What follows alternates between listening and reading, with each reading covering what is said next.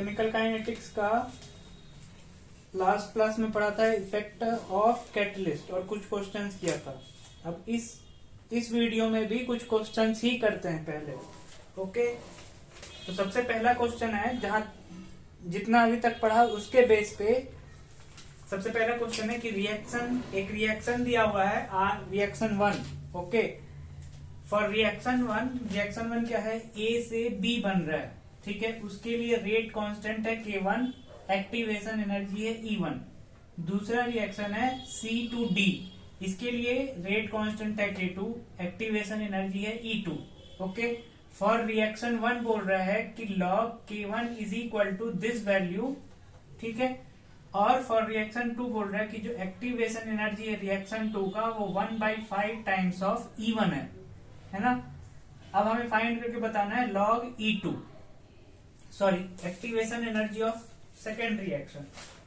तो activation energy of second reaction find करना है, तो सबसे पहले क्या करना पड़ेगा, सबसे पहले activation energy of first reaction का निकालना पड़ेगा। ठीक है, तो इसको कंपेयर करते हैं, जो ये गिवन है इसको कंपेयर करते हैं लॉग वाले एक्सप्रेशन से। तो क्या होता है, log K1 is equal to 14.34 sorry log K1 given है, it will be equal to log A pre exponential factor minus activation energy 1 divided by 2.303 R and T। ठीक है, अब इससे कंपेयर करेंगे इसको, तो T के ये जो जितना भी ये भी वैल्यू है E1 divided by 2.303 R, that will be equal to this 1.5 multiply by 10 raise to the power 4, इसके बराबर आएगा। ठीक है, ओके, तो on comparing E1 will be equal to divided by 2.303 R, it will be equal to 1.5 multiplied by 10 raised to the power 4. Okay, from here let's multiply this 3.30 R to with this. So 1.5 into 10 raised to the power 4 multiplied by 2.303 R, 8.314 unit is joule per Kelvin per mole. Okay, this represents the value of E1. Now we have to find the value of E2. So E2 is 1/5 times of E1. So let's write E2 here. E2 is equal to, let's write the value of E1, that is 1.5 multiplied by 10 raised to the power 4 multiply by 2.303 multiply by 8.314, unit is joule per Kelvin per mole. Okay, now we have to divide this value with 5. So final value आ रहा है, that is equal to let's write 5.7441. okay, 5.7441। Now इस 10 की power 4 को हम लिख सकते हैं 10 multiply by 10 की पावर 3 जूल पर केल्विन पर मोल। तो ये 10 की पावर 3 हो जाएगा किलो जूल पर मोल, और मल्टीप्लाई 10 से कर देंगे तो इसका आंसर क्या आएगा, 57.4 किलो जूल पर मोल। ठीक है, ये हो जाएगा एक्टिवेशन एनर्जी फॉर रिएक्शन 2। पहले क्या किया, पहले रिएक्शन 1 का एक्टिवेशन एनर्जी फाइंड किया by comparing this, on comparison, then इस एक्टिवेशन एनर्जी 1 को इस एक्सप्रेशन में रखा तो एक्टिवेशन एनर्जी 2 आ गया। ठीक है, ओके, ये था पहला क्वेश्चन। अब करते हैं नेक्स्ट क्वेश्चन। तो नेक्स्ट क्वेश्चन में कह रहा है, for adsorption of hydrogen on platinum. हम पढ़ते हैं ना रिडक्शन रिएक्शंस में क्या लिखा रहता है, H2 ऑन Pt, यानी प्लेटिनम पर हाइड्रोजन एडजॉर्ब्ड रहता है, ऐसे तभी ये हाइड्रोजन दूसरे मॉलिक्यूल को रिड्यूस करता है, for example aldehyde to alcohol. Okay, तो for adsorption of hydrogen on platinum, इसका एक्टिवेशन एनर्जी है 30। Now for absorption of hydrogen on another metal that is nickel, इसका एक्टिवेशन एनर्जी है 14.4 किलो जूल पर मोल। अब हमको find करना है log value किसका, rate constant in case of platinum divided by rate constant in case of निकल। ठीक है, और गिवन है कि ए की जो वैल्यू है, the value of pre exponential factor is same, value of pre exponential factor for both absorption is same, साथ ही साथ टेम्परेचर गिवन है। ठीक है, तो अब इसका लॉग वैल्यू फाइंड करना है। तो लॉग वैल्यू फाइंड करने के लिए लेट्स राइट इट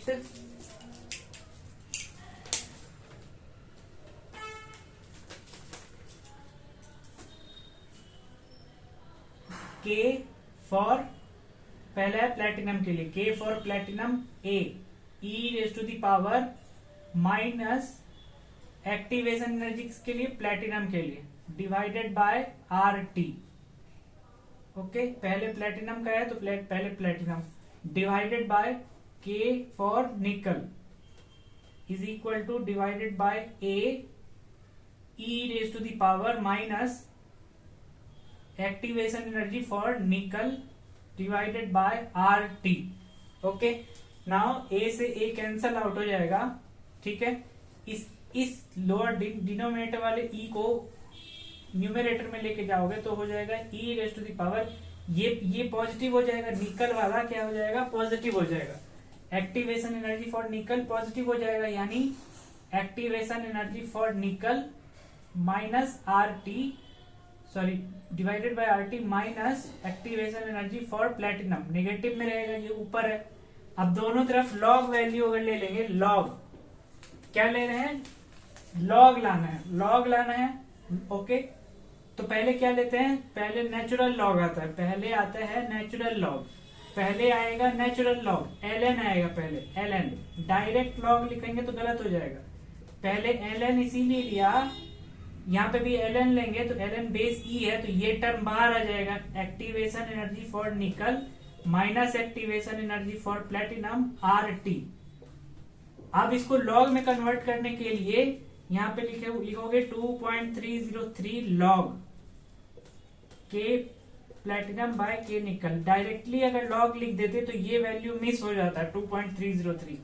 ठीक है, तो अब इस 2.303 को आरटी के साथ मल्टीप्लाई अगर कर दे, डिनोमिनेटर में लेके चलेगा इधर, तो 2.303 what is the value of R, R is 8.314, temperature given is 300 kelvin.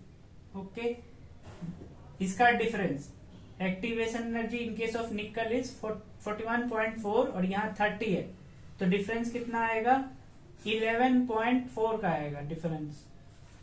इसका डिफरेंस यस 11.4, और किसमें, किलो जूल पर मोल में है, तो किलो को ओपन करके लिखा 10 की पावर 3 जूल पर मोल। ठीक है, और यहाँ इसका यूनिट क्या होगा, जूल पर केल्विन पर मोल। तो जूल पर मोल से जूल पर मोल कैंसल, केल्विन से केल्विन कैंसल, तो इसका जो लॉग का वैल्यू आ रहा है that is 1.99। Nearest integer is 2, nearest integer में पूछता है जनरली तो 2। ठीक है, तो ये दो क्वेश्चन हुआ। अब now let's erase this and let's write the another question. तो let's solve the another questions. Okay, सबसे पहले पूछा है क्वेश्चन नंबर 3 में कि एक कॉम्प्लेक्स रिएक्शन है A to B जो कि 3 स्टेप्स में हो रहा है, A to C बन रहा है पहले, then C to D and then D to B बन रहा है। ठीक है, with rate constants K1, K2 and K3। ठीक है, ये ग्राफ आया। अब इस ग्राफ में पूछ रहा है कितना इंटरमीडिएट बन रहा है, number of intermediates, how many intermediates, number of transition state कितना है, और इनमें से रेट डिटरमाइनिंग स्टेप कौन सा है, पहला A to C बनना, C to D बनना दूसरा, D to B बनना तीसरा। ठीक है, तो अब सबसे पहले नंबर ऑफ इंटरमीडिएट अगर देखेंगे तो नंबर ऑफ इंटरमीडिएट यानी A और B के अलावा और क्या क्या बन रहा है, एक तो C बन रहा है और एक डी बन रहा है, ठीक है, एक सी बन रहा है और एक डी बन रहा है। तो इंटरमीडिएट कितना हुआ, एक सी ये और एक डी ये, दो इंटरमीडिएट हुआ, ठीक है। अब तो दो इंटरमीडिएट यहां भी है, दो इंटरमीडिएट यहां भी है। अब अगर ट्रांजिशन स्टेट की बात करेंगे, ट्रांजिशन स्टेट मतलब ये माउंटेन्स कितना है, माउंटेन्स ये रिप्रेजेंट करता है ट्रांजिशन स्टेट, हैश रिप्रेजेंट करते हैं ट्रांजिशन स्टेट। तो कितना ट्रांजिशन स्टेट है, जितना भी ये माउंटेन का पीक होगा वो उसको उतना, जितना पीक उतना ट्रांजिशन स्टेट। तो 1 2 3, ठीक है, 3। अब पूछा है रेट डिटरमाइनिंग स्टेप कौन सा है। तो रेट डिटरमाइनिंग स्टेप वो स्टेप होगा जो स्लोएस्ट होगा, सॉरी जो स्लोएस्ट होगा। स्लोएस्ट मतलब उसका एक्टिवेशन एनर्जी उस पर्टिकुलर स्टेप का, उस particular step, that particular step will have higher activation energy. तो सबसे ज्यादा हायर एक्टिवेशन एनर्जी किसमें है, देखो यहां से सिर्फ इतना लग रहा है, इसके लिए इतना ही activation energy, where C to D जाने में हाईएस्ट एक्टिवेशन एनर्जी लग रहा है, यानी step 2 is the rate determining step. तो ऑप्शन सी हो जाएगा इसका सही आंसर। Okay, next question number 4। Question number 4 में क्या कह रहा है कि correct reaction profile for positive catalyst, ठीक है। ये रिएक्शन प्रोफाइल दिया हुआ है और इसमें डॉटेड वाला ब्लू डॉटेड लाइन रिप्रेजेंट कर रहा है कि reaction in presence of catalyst हो रहा है, और ब्लैक वाला रिप्रेजेंट कर रहा है कि रिएक्शन इज विदाउट कैटलिस्ट हो रहा है। अब पॉजिटिव कैटलिस्ट होगा तो एक्टिवेशन एनर्जी को डिक्रीज करेगा, ठीक है। निगेटिव कैटलिस्ट होगा तो वो एक्टिवेशन एनर्जी इंक्रीज करेगा।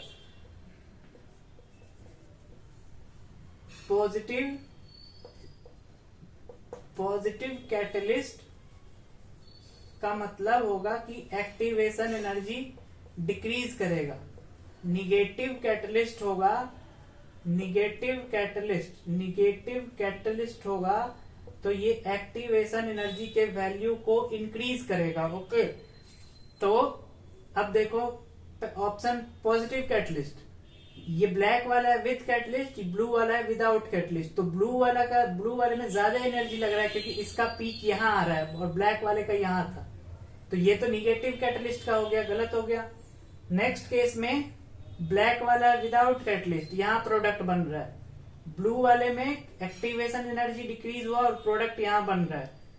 तो ये भी ऑप्शन गलत इसलिए हो गया क्योंकि इस केस में क्या हुआ, जैसे ही कैटलिस्ट यूज हो रहा है तो ये प्रोडक्ट का एनर्जी इंक्रीज कर दे रहा है। तो कैटलिस्ट रिएक्टेंट की एनर्जी और प्रोडक्ट की एनर्जी को चेंज नहीं करता है, कैटलिस्ट क्या करता है, एक्टिवेशन एनर्जी डिक्रीज करता है ना।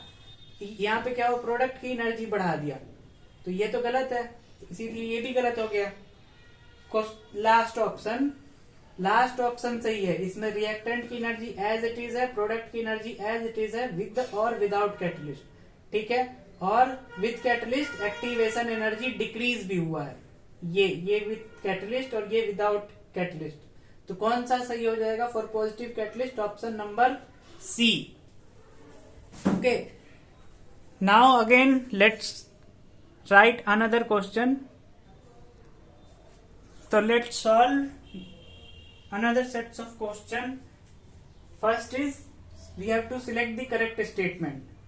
Okay, तो first statement है half life of zero order decreases with time.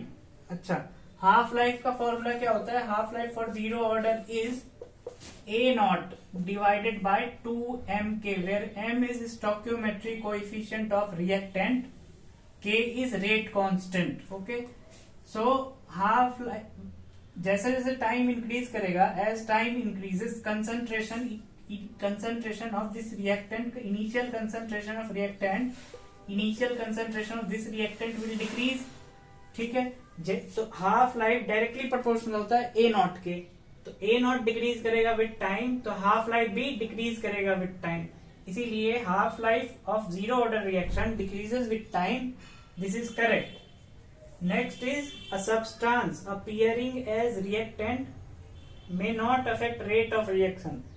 कह रहा है कि एक सब्सटेंस है A प्लस बी से P जा रहा है रिएक्शन, तो रेट ऑफ रिएक्शन जब लिखेंगे तो substance appearing as reactant may not affect rate of reaction. तो ऐसा कब होगा, जब उस पर्टिकुलर सब्सटेंस का जो कंसंट्रेशन है उसका पावर 0 हो जाए, है ना, 0 यानी 0 ऑर्डर हो जाएगा, तो इसकी वैल्यू तो 1 हो जाएगा, यानी rate of reaction will be equal to rate constant, और ये तो कांस्टेंट ही रहेगा। इसीलिए कह रहा है a substance appearing as reactant may not affect rate of reaction. तो ये रिएक्टेंट में है लेकिन रेट ऑफ रिएक्शन को अफेक्ट नहीं कर रहा है क्योंकि उसकी पावर है 0 ऑर्डर का रिएक्शन हो गया। ठीक है, okay.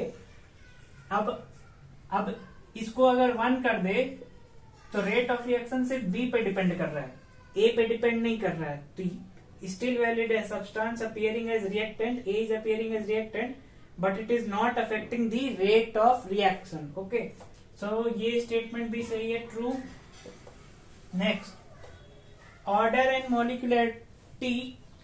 Molecularity can be fraction. तो ये स्टेटमेंट तो होना चाहिए गलत, क्योंकि मॉलिक्यूलरिटी या तो 1 होगा या तो 2 होगा या तो 3 और 3 के इक्वल होता है।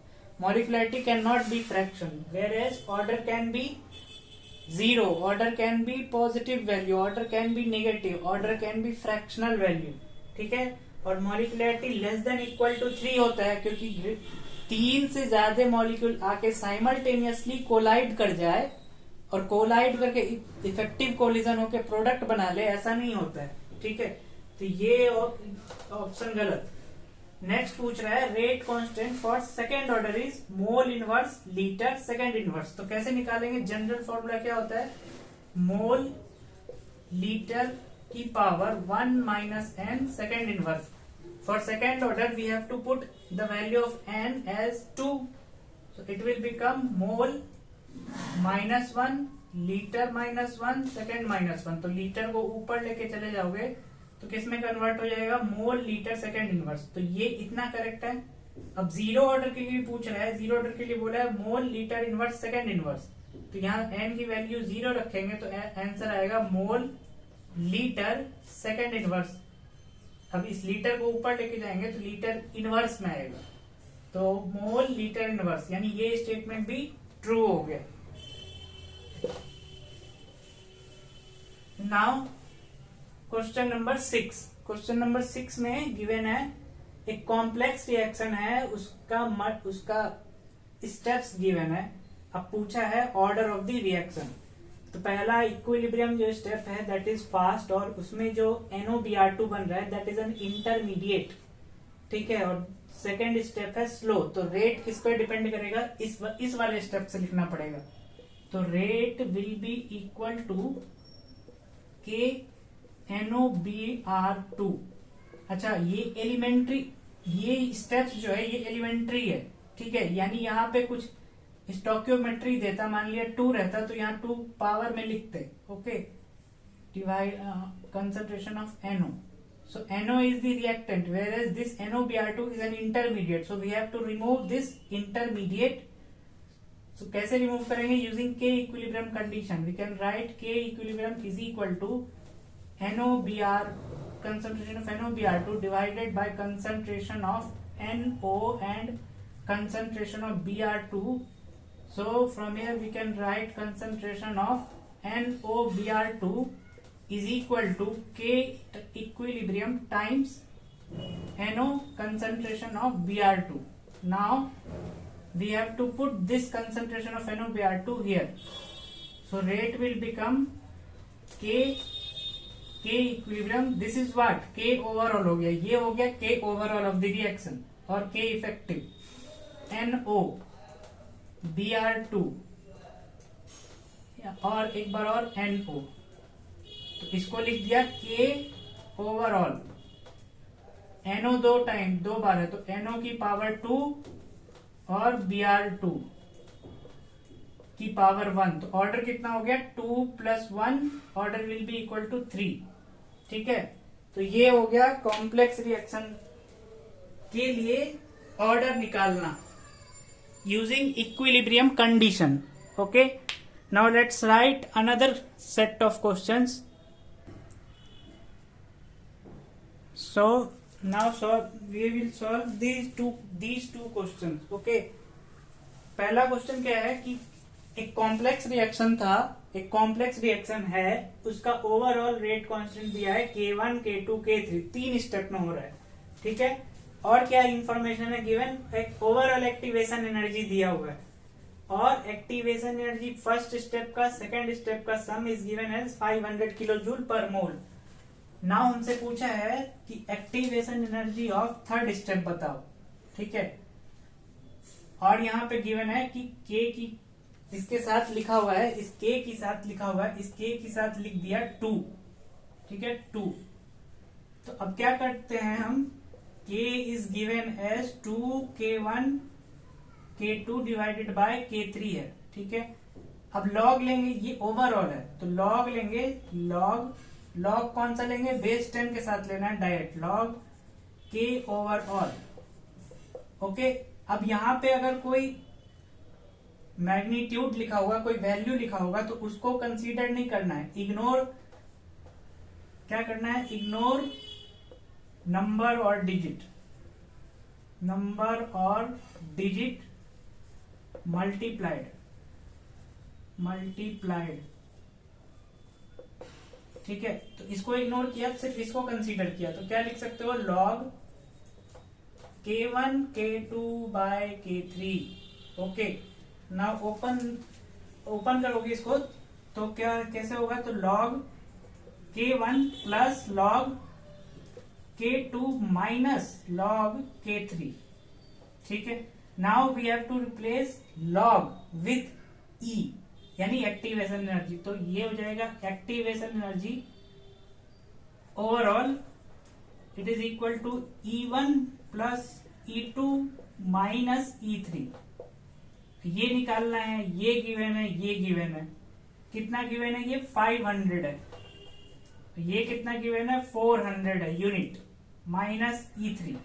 अब E3 को लेफ्ट हैंड साइड लेके जाएंगे और 400 को राइट हैंड साइड, तो 500 माइनस 400 कितना आ जाएगा, 100 kilo joule, 100 kilo joule per मोल, क्योंकि किलो जूल में ना यहाँ, तो 100 किलो जूल पर मोल इसका आंसर हो जाएगा, ठीक है। ये कौन सा, it is rate constant for complex reaction का ओवरऑल के दिया हुआ है, ठीक है। तो ऐसे सॉल्व करना है। नेक्स्ट क्वेश्चन है, एक गैसियस रिएक्शन है, ए गैस कन्वर्ट हो रहा है 2B gas plus C gas में, ठीक है। और बताया है कि at time t is equal to 23 seconds पे जो प्रेशर है that is 200 torque, and for after a very long time मतलब इनफाइनाइट अगर कंसीडर कर ले, इनफाइनाइट टाइम जो प्रेशर है दैट इज 300 टॉर्क। अब हमें इसने पूछा है, बताना है कि वैल्यू ऑफ K क्या होगा, रेट कांस्टेंट की वैल्यू क्या होगी, ठीक है। तो अब इसको सॉल्व करते हैं। तो इसको सॉल्व करने के लिए initially we can write T is equal to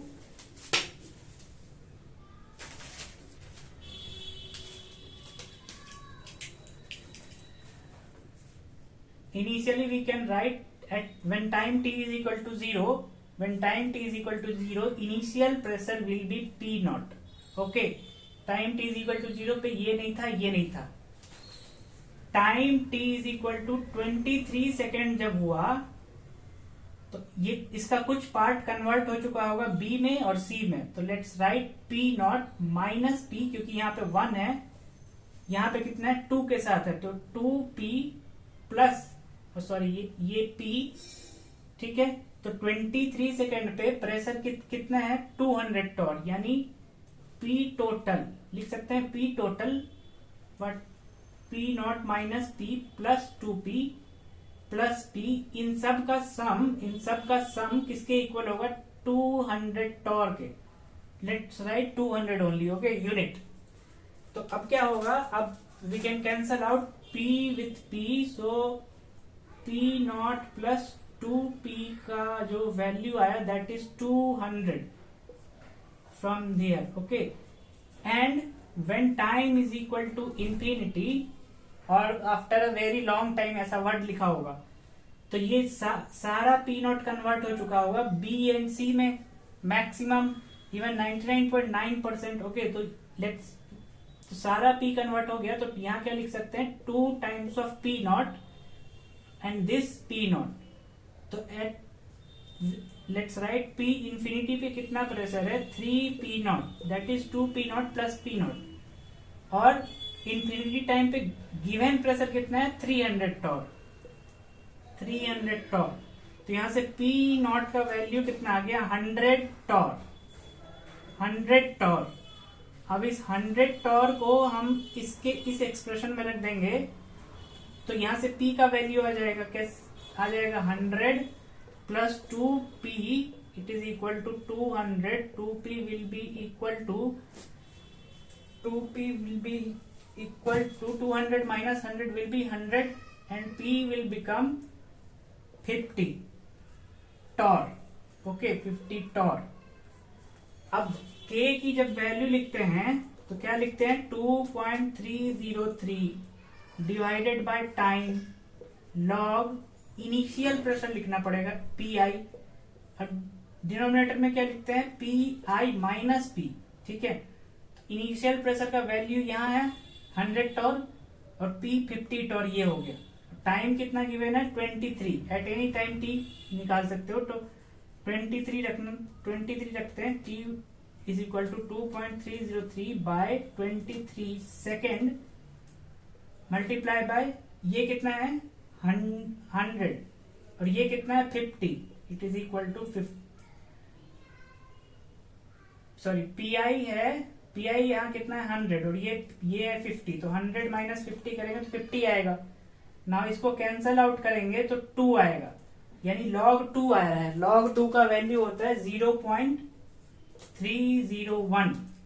okay, इसको सॉल्व करने पे आंसर आएगा 0.0301 और सेकेंड डिनोमिनेटर में है, और ये कौन सा ऑर्डर का ग्राफ, कौन से ऑर्डर में पढ़ते हैं इस रिएक्शन को, ऐसे गैसियस कन्वर्जन वाले को फर्स्ट ऑर्डर में। तो देखो फर्स्ट ऑर्डर का यूनिट भी आया, सेकेंड इनवर्स।